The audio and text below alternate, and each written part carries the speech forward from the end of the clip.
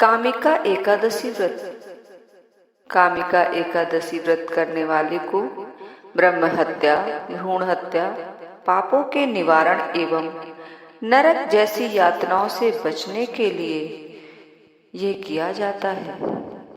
कामिका एकादशी व्रत का महात्म्य। यह व्रत श्रावण मास के कृष्ण पक्ष की एकादशी को रखा जाता है। इस व्रत के करने से प्राणी को ब्रह्म हत्या, भ्रूण हत्या जैसे पापों से छुटकारा मिलता है। साथ ही समस्त दुखों का नाश होता है, संतान की प्राप्ति होती है, इसकी अन्य मनोकामनाएं भी पूर्ण होती हैं।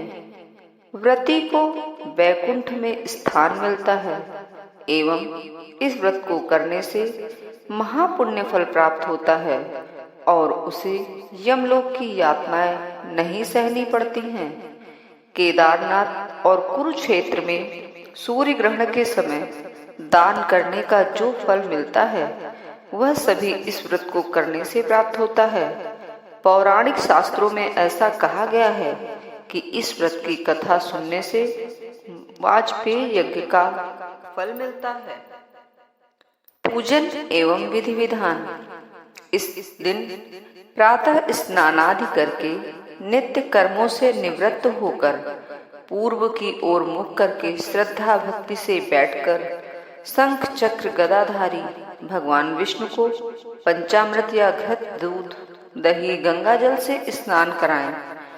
प्रतिमा को आसन पर रखकर चंदन तिलक लगाएं। फिर विधि विधान के अनुसार गंध, पुष्प, दीप, नैवेद्य से षोडशोपचार विधि से भगवान विष्णु का पूजन, रोली, कपूर, दीपक से आरती उतारें। भोग में पंचमेवा या मिष्ठान रखें। भक्तों में प्रसाद बांटें। 5 ब्राह्मणों को भोजन कराकर दान दक्षिणा दें।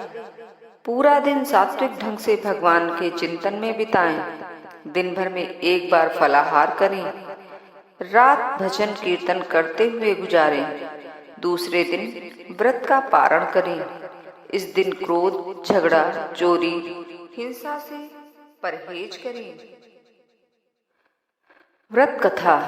इस व्रत की कथा का उल्लेख श्री ब्रह्मवैवर्त पुराण में आया है।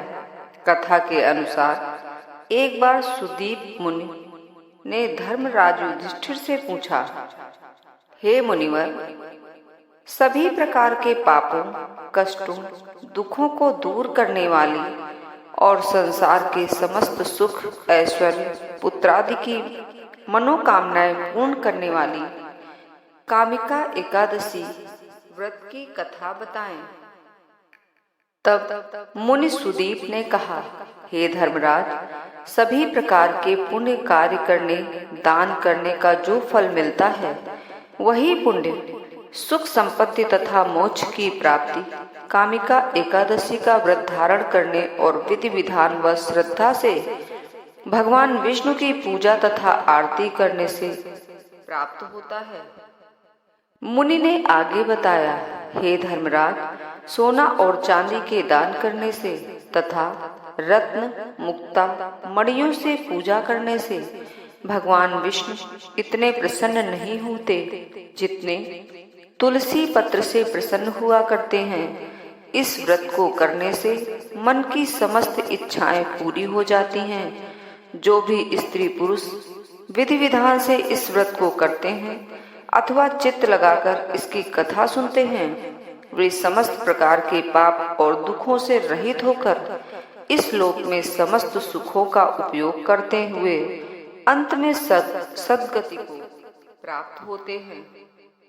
इसका नाम कामिका अथवा पवित्रा इसलिए है कि यह पुत्रों सहित सब सुखों को प्रदान करने वाली, सब पापों को दूर कर सद्गति देने वाली।